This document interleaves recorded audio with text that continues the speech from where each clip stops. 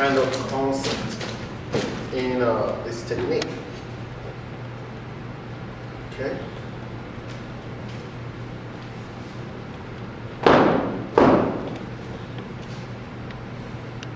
So you can, it's the right way? No, it's this way.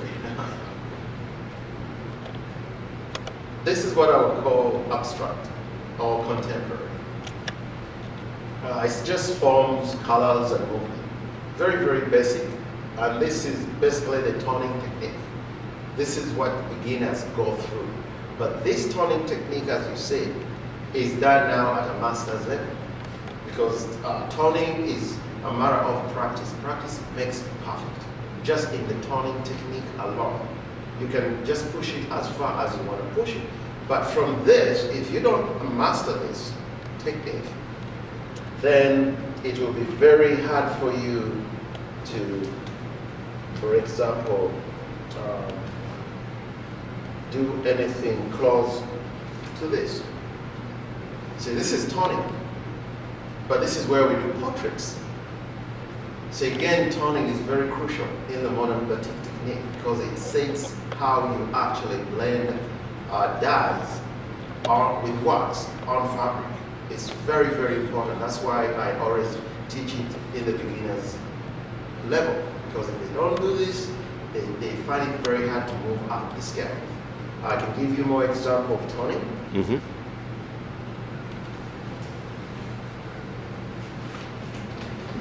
For example, again, in pieces like this, another toning technique, but portraits.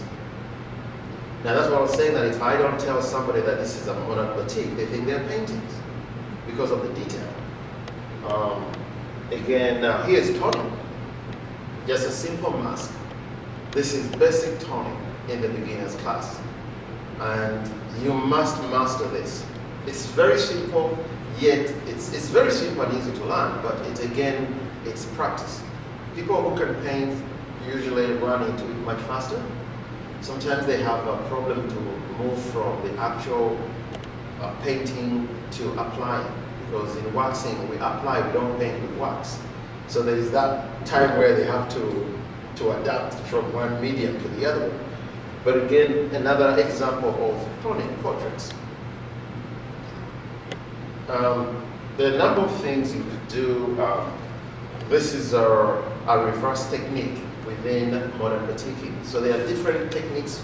There are like 5 techniques in modern batiking: toning, fragmentation, reverse technique, and there is where you can actually do the traditional batik in the way I do it, from light to dark. So you start with light colors and you end up with dark colors. So there are different components within the technique itself. It depends where do you want to go, and when you learn most of them, how do you blend them together to come up with what you want? That's why it's continuously evolving. You know, I mean, you could do a lot of this stuff.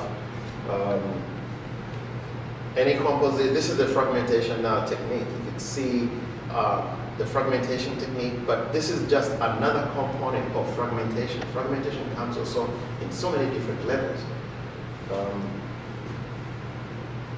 Toning, different colors, you can go blues, you can go brown, any color. Everything is possible in modern batiking. This is the reverse technique. This is where I use complementary colors to arrive to different colors. Because with dyes, they're very, it's kind of a more watery, it's very fluid. It's not like acrylic or oil. So you can actually use it as a reverse technique where you blend into, reverse the colors, and then you end up in other colors. But you must know the colors you're mixing, otherwise you destroy your piece. Because it's, if you put blue and yellow, blue, or whatever, you may end up in another color or totally destroy it. Again, I have quite a number of pieces with portraits, but there are other pieces that I've done like landscaping. There are a number of pieces are like wildlife. So it's a totally different way that you can actually apply the technique. As you've seen in here, There's some, they move also into fashion, which is pattern design. So that's why I get a lot of fashion designers, people in the quilting industry, because they don't want to draw. They want to do designs and patterns. So then this works for them very well. Or they could just go very simple with something like this too. A free motion with just hand patterns.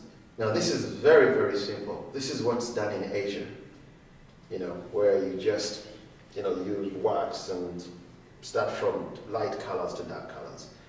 So there's a lot of things you can invent in the modern batik component. You can go to the traditional part if you want and right into modern batik. So it crosses over.